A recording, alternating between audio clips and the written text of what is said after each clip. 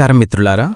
మీరు ఊహించండి, రాత్రులు మీ నిద్రను దోచిన ఆందోళన, మీకు ఒంటరితనాన్ని అనుభవింపచేసిన భయం, మీ గుండెలో భారంగా మారిన గందరగోళం. ఒకరోజు అవి మీ అతిపెద్ద బలంగా మారితే, మీ నుండి ఎనుపుకొని దోచిన ప్రశ్నలకు సమాధానం బయటకి కాదు, మీ లొంగిపోవడంలో దాగి ఉందని ఊహించండి. ఇప్పుడు ఏదీ అర్థం చేసుకోవాల్సిన అవసరం లేదని, పోరాడాల్సిన అవసరం లేదని, ఈ జీవితాన్ని సంభాషించాల్సిన అవసరం లేదని నేను చెప్పినట్లయితే, ఇప్పుడు నీవు చేయాల్సిన ఒకే ఒక పని ఏంటంటే సమర్పించడం. అవును, నీ భయాలని, నీ ఆందోళనల్ని, నీ నియంత్రణలో లేని ప్రతి విషయాన్ని విశ్వానికి అప్పగించడం. ఎందుకంటే నీవు వదిలేసినప్పుడు విశ్వం నిన్ను పట్టుకుంది, నీవు లొంగిపోయినప్పుడు విశ్వం నీకోసం మార్గం సృష్టించింది. మరియు ఆ సమర్పణ తర్వాత వచ్చేదే దానిని ప్రజల తరచూ అద్భుతమంటారు. కాని వాస్తవంగా అది నీ నమ్మకం యొక్క ఫలితం. కాబట్టి ఈరోజు రండి, విశ్వంతో ఒక కొత్త సంబంధాన్ని సృష్టిద్దాం. ఇక్కడ మనం ప్రతిదీ నియంత్రించడం మానేసి నమ్మకాన్ని ప్రారంభిస్తాం. ఎందుకంటే ఈ రోజు నుండి నీ ఆందోళన నీది కాదు, అది విశ్వం యొక్క బాధ్యత. మరియు విశ్వం ఎప్పుడూ ఎవరి బాధ్యతను అసంపూర్తిగా వదిలిపెట్టదు. 2. ఆందోళన ఎందుకు ఉంటుంది? సైన్స్ మరియు భావోద్వేగ సత్యం. ఆందోళన అనే పదం వినగానే గుండెలో ఏదో బిగుసుకుపోతుంది, మనసు భారంగా అనిపిస్తుంది, లోపల ఏదో అదృశ్య గందరగోళం ప్రారంభమైనట్లు అనిపిస్తుంది. కాని ఎప్పుడైనా ఆలోచించి చూశావా? ఆందోళన ఎందుకు ఉంటుంది? అది నిజమైన ప్రమాదమా, లేక మన మనసు దాన్ని సృష్టించి చూపిస్తుందా? సత్యమేంటంటే, మన మెదడు మన అతిపెద్ద బలం. అదే అర్థం చేసుకోకపోతే అది మన అతిపెద్ద బలహీనత కూడా అవుతుంది. మెదడు యొక్క ఒకే ఒక పాత్ర ఏంటంటే నిన్ను కాపాడడం. కాని ఎటువంటి తక్షణ ప్రమాదం కనిపించినప్పుడు అది ఊహల్లో ప్రమాదాలను సృష్టించడం ప్రారంభిస్తుంది. ఇంకా జరగని భవిష్యత్తు యొక్క చిత్రాలను రూపొందిస్తుంది. కాని అవి చాలా నిజమైనవిగా కనిపిస్తాయి. దానితో నీవు భయపడడం ప్రారంభిస్తావు. ఇప్పుడే అంతా పాడైపోతుందని మెదడు అతి చిన్న సమస్యను 10 రెట్లు పెద్దదిగా చూపిస్తుంది. దానిని విస్తరిస్తుంది, అతిశయోక్తి చేస్తుంది, మరియు నీ నాడీ వ్యవస్థ ఏదో చాలా ఘోరంగా జరగబోతుందని నమ్ముతుంది. ఇప్పుడు సైన్స్ ఏమిటి చెప్తుందో చూద్దాం. నీవు ఆందోళన చెందినప్పుడల్లా నీ శరీరం పోరాటం లేదా ఫ్లైట్ మోడ్లోకి వెళ్తుంది. కార్టిసాల్ మరియు అడ్రినలిన్ అనే 2 ప్రధాన ఒత్తిడి హార్మోన్లు వేగంగా రక్తంలోకి వ్యాపిస్తాయి. దీని పరిణామం ఏంటంటే నీ గుండె గట్టిగా కొట్టుకుంటుంది, శ్వాసలు తగ్గుతాయి, మెదడు స్పష్టత తగ్గుతుంది, మరియు నిర్ణయం తీసుకోగల సామర్థ్యం నెమ్మదిస్తుంది. ఇదంతా ఎందుకు జరుగుతుంది? ఎందుకంటే శరీరం ఏదో ప్రమాదముందని భావిస్తుంది. అయితే వాస్తవంగా ఏమీ జరగడం లేదిప్పుడు. ఆలోచించు, ప్రతిరోజూ ప్రతివారం నీవు ఈ స్థితిలో జీవిస్తే నీవు సృజనాత్మకతను అనుభవించలేవు, సహజ జ్ఞానాన్ని అనుభవించలేవు, లోపల శాంతిని అనుభవించలేవు. మరియు అతి ముఖ్యమైన విషయమేంటంటే నీవు నీ ఆధ్యాత్మిక బుద్ధితో సంబంధం కోల్పోతావు. విశ్వంతో సంబంధం కలిగించే ఆసక్తి, ఆ సహజ జ్ఞానం ఆగిపోతుంది. నీవు ఆలోచించలేవు, అనుభవించలేవు, కేవలం బ్రతకడానికే జీవిస్తావు. కాని విశ్వం అది కోరుకోదు. విశ్వం నీవు ప్రవాహంలో జీవించాలని కోరుకుంటుంది. అక్కడ ప్రతీదీ సహజంగా ఉంటుంది. భయం కారణంగా నీవు ప్రతిస్పందించకుండా నమ్మకం కారణంగా స్పందించాలి. విశ్వం నీవు ప్రతి శ్వాసతో స్థిరంగా ఉండాలని, ప్రతి క్షణంతో సమన్వయంలో ఉండాలని, మరియు నీ ఉన్నత స్పందన ఫ్రీక్వెన్సీలో వైబ్రేట్ చేయాలని కోరుకుంటుంది. కాని ఆందోళన వచ్చినప్పుడు ఇవన్నీ మసకబడిపోతాయి. మరియు మొదటిగా కోల్పోయేది శాని. కాబట్టి తదుపరిసారి ఆందోళన ఉద్భవించినప్పుడు, గుండె వేగంగా కొట్టుకుంటున్నప్పుడు మనస్సు ఏమవుతుంది? అక్కడే ఆగిపోయి నీతో నీవు చెప్పుకో, ఏమి జరిగినా విశ్వం ఇష్టప్రకారం జరుగుతుంది, నేను ఆందోళన చెందను, నమ్మకం చేస్తాను. ఇక్కడి నుండే నీవు స్వస్థత పొందడం ప్రారంభమవుతుంది. ఇక్కడి నుండే అద్భుతాలు జన్మిస్తాయి. 3. నీవు వదిలేసినప్పుడు విశ్వం నిన్ను పట్టుకుంటుంది. ఇప్పుడు ఆ మలుపు గురించి మాట్లాడుకుందాం. ఇక్కడి మనిషి ప్రతీదీ వదిలేస్తాడు. ఓడిపోయినందుకు కాదు, తనను తాను సంభాళించుకోవాల్సిన అవసరం లేదని, తనను తాను సంభాషించుకోవాల్సిన అవసరం లేదని అర్థం చేసుకున్నప్పుడు విశ్వం సంభాషిస్తుంది. చూడు, మనందరికీ నియంత్రణ స్వభావం ఇష్టం. ప్రతీదీ మన ప్రణాళిక ప్రకారం జరగాలి. ఎటువంటి అనుకుని మలుపు రాకూడదు, ఎటువంటి బాధ రాకూడదు. మనం సురక్షితంగా ఉండాలి. కానీ ఈ కోరిక ఎక్కువైనప్పుడు మనం విశ్వం యొక్క ప్రవాహం ముందు గోడగా మారుతాం. మరి అప్పుడు విశ్వం చెప్తుంది, నీవు ప్రతిదీ నీవే చేయాలనుకుంటున్నావు కాబట్టి నేను దూరంగా ఉంటాను. ఎందుకంటే విశ్వం తనను తాను ఇచ్చేది తనను విశ్వానికి అప్పగించిన వారికి మాత్రమే. ఇప్పుడు నీవు ఆలోచించు, నియంత్రణ ద్వారా నీవు ప్రతిదీ సాధించావా, లేక అలసిపోయి ఇప్పుడు నీవే సంభాళించు విశ్వం అని చెప్పినప్పుడు ఏదో కొత్తటి ప్రారంభమైంది. నియంత్రణను వదిలేయడం బలహీనత కాదు, అది అత్యంత పవిత్రమైన శక్తి. ఎందుకంటే ఈ ప్రపంచంలో వదిలేయడానికి అత్యంత ధైర్యం అవసరం. ముందు చీకటి ఉన్నప్పుడు కూడా నాకు మార్గం కనిపించడం లేదు, అయినా నేను నడుస్తాను, ఎందుకంటే విశ్వం నా చెయ్యి పట్టుకుంది అని చెప్పడమే ఇది సమర్పణ. నీవు నియంత్రణను వదిలేసినప్పుడు విశ్వం ప్రవేశిస్తుంది. నీవు గట్టిగా పట్టుకున్నదాన్ని విశ్వం మెరుగుపరచదు, ఎందుకంటే నీ దృష్టి మూసుకుంది. కాని నీవు వదిలేసిన వెంటనే ఆ ద్వారాలు తెరుచుకుంటాయి. నీవు ఊహించని దాని గురించి విశ్వం నిన్ను అప్పుడు పట్టుకుంటుంది. నీవు మోకాల మీద కూర్చొని ఇప్పుడే నీవు మార్గం సృష్టించని చెప్పినప్పుడు ఆ క్షణంలో అహం విరిగిపోతుంది, నియంత్రణ పడిపోతుంది. అక్కడే ఒక దివ్య భాగస్వామ్యం ప్రారంభమవుతుంది. ఇప్పుడు విశ్వం నీతో కలిసి నడవడమే కాదు, నీ కోసం నడవడం ప్రారంభిస్తుంది. ఎందుకంటే నీవు ఒంటరిగా లేవు, ఇప్పుడు విశ్వం నీతో కలిసి నడుస్తుంది. గుర్తుపెట్టుకో, వదిలేయగలిగిన వాడు మాత్రమే పొందగలడు, మరి పట్టుకొని కూర్చున్నవాడు కేవలం ఒత్తిడిని మాత్రమే పొందుతాడు. కాబట్టి ఈరోజు ఒక నిర్ణయం తీసుకో, నాకు ఏమీ అవసరం లేదు, కేవలం నీ ఇష్టం. నమ్ము, ఆ ఇష్టం నీ ఊహకు మించిన అందంగా ఉంటుంది.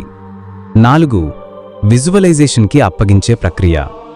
ఇప్పుడు నీవు ఎక్కడున్నా కొన్ని క్షణాలు శాంతంగా ఉండు. నీ కళ్ళను మూసుకుని ఒక లోతైన గాఢమైన శ్వాస తీసుకో. ఈ శ్వాసని లోపల ఒత్తిడిని నెమ్మదిగా బయటకు తీస్తుందని అనుభవించు. ఇప్పుడు నీ మనసు యొక్క కళ్ళతో చూడు. నీవు ఒక శాంతమైన నీలి ఆకాశం కింద నిలబడి ఉన్నావు. చుట్టూ కేవలం నిశ్శబ్దం మాత్రమే ఉంది, మరియు నీ లోపల ఏదో ఒకటి చాలా భారంగా అనిపిస్తుంది. అదే ఆందోళన. ఇప్పుడు ఊహించు, నీ లోపల ఉన్న ఈ ఆందోళన ఒక నీలరంగు మెరిసే శక్తిగా మారుతుంది. ప్రతి భయం, ప్రతి సురక్షిత లేని భావం, ప్రతి చెప్పలేని బాధ ఇప్పుడు నీలరంగు కాంతి రూపం తీసుకుంటుంది. ఇప్పుడు చూడు, ఈ నీలిశక్తి నీ హృదయం నుండి బయటకు వచ్చి నెమ్మదిగా ఆకాశం వైపు ఎగురుతుంది. ఈ శక్తి ఎగురుతున్న కొద్దీ నీ మనసు తేలికవుతుంది, నీ శరీరం శాంతం ప్రారంభమవుతుంది. ఇప్పుడు ఆ నీలిశక్తిని చూడు, అది ఆకాశంలోకి వెళ్ళి విశ్వం యొక్క అనంతరంలో కలిసిపోతుంది. నీవు దాన్ని వదిలేశావు, నీ ఆందోళనను విశ్వానికి అప్పగించావు. ఇప్పుడు ఎటువంటి భయం లేదు, ఎటువంటి గందరగోళం లేదు, కేవలం శాంతి మాత్రమే ఉంది. గాఢమైన, దివ్యమైన, నిర్మలమైన శాంతి. ఇదే ఆ క్షణం. ఇక్కడి నుండి విశ్వం నీకోసం, నీ శ్రేయస్సు కోసం, నీ ఉద్ధరణ కోసం పనిచేయడం ప్రారంభిస్తుంది. 6. విశ్వం యొక్క అతిపెద్ద నియమం. మనం తరచూ ఆలోచిస్తాం, ఈ నియంత్రణను వదిలేస్తే అంతా పాడైపోతుందని. కాని సత్యమేంటంటే, భయపడేవాడు పాడు చేస్తాడు, నమ్మకమున్నవాడు విశ్వానికి బాధ్యత అప్పగిస్తాడు. సమర్పణ నియమం ఇదే చెప్తుంది. నీవు 100% సమర్పించినప్పుడు విశ్వం 100 రెట్లు వేగంగా నీకోసం మార్గాలు తెరుచు ఉంచుతుంది. ఎందుకంటే విశ్వం ఒక విగ్రహం కాదు, ఒక వ్యక్తి కాదు, అది ఒక శక్తి, ఒక చైతన్యం.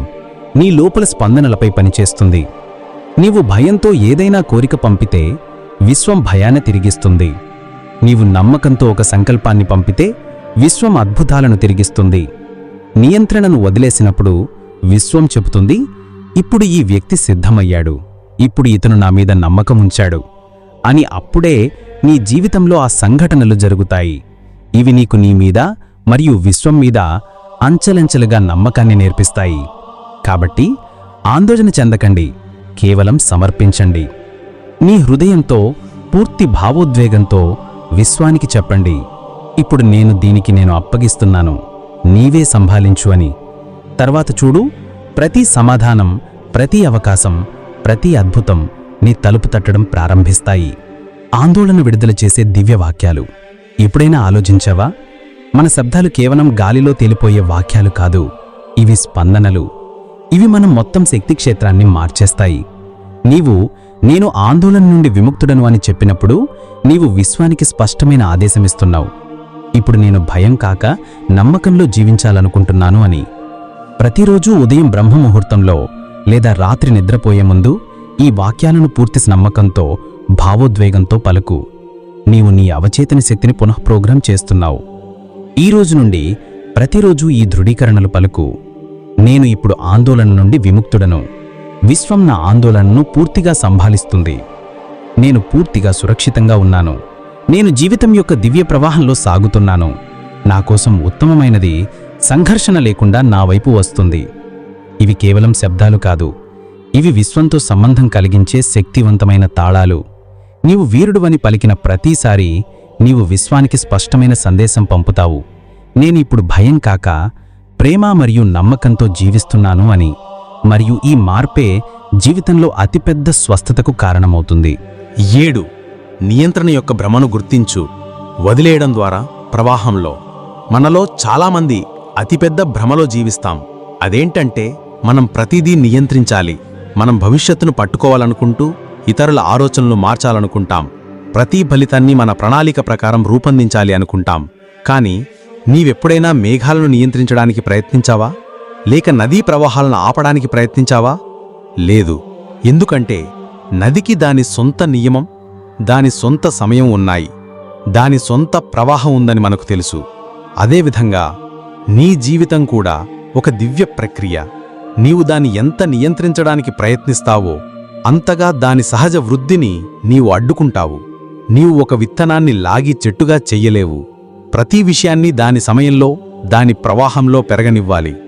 నీవు నియంత్రణ వదిలేసినప్పుడు నీవు నమ్మకం ప్రారంభిస్తావు, మరియు నమ్మకంతోనే అద్భుతాలు జరుగుతాయి.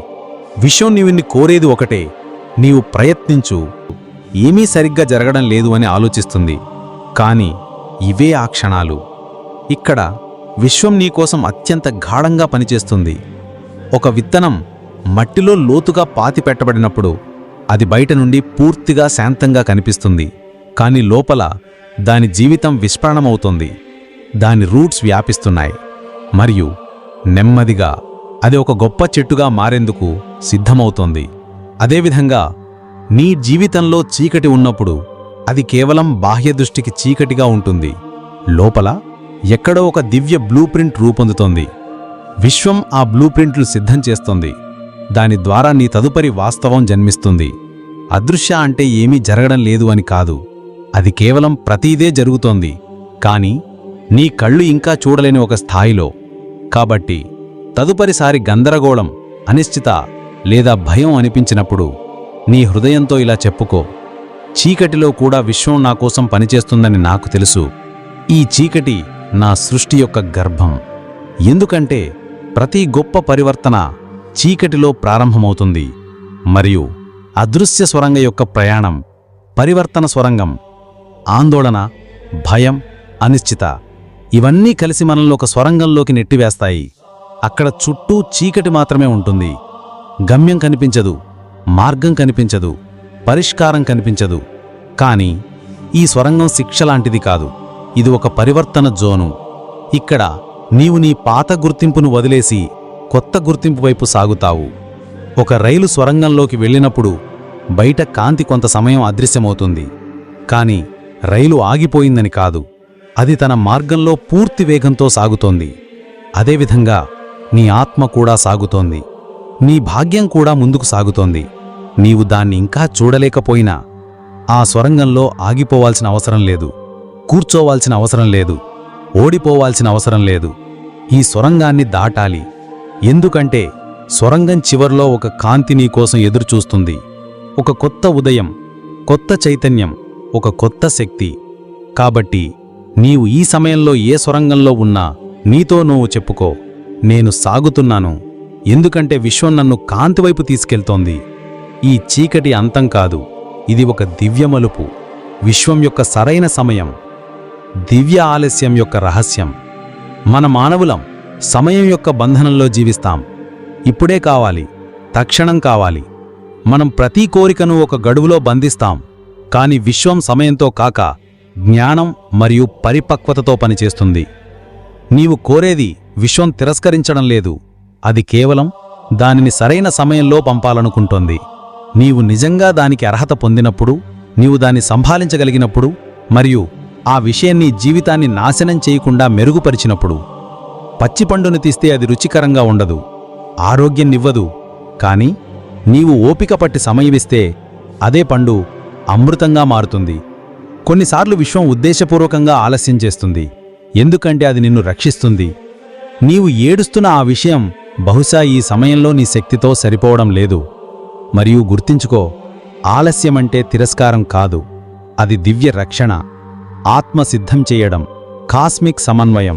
కాబట్టి నీవు ఎందుకు జరగడం లేదు, ఎప్పుడు జరుగుతుంది అనిపించినప్పుడు కేవలం ఇలా చెప్పుకో, విశ్వం నువ్వు సరైన సమయంలో నాకు అత్యంత సరైన విషయాన్ని నాకిస్తున్నావు.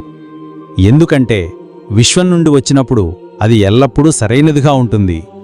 ఒక నిజమైన కానీ అనాన్మత్ కథ, నీవు వదిలేసినప్పుడు అద్భుతాలు ప్రారంభమవుతాయి.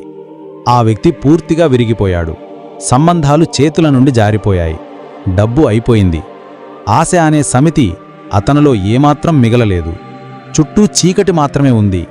మరియు అతనికి ఇక దీనికన్నా ఘోరం ఏమి జరగదు అని అనిపించింది.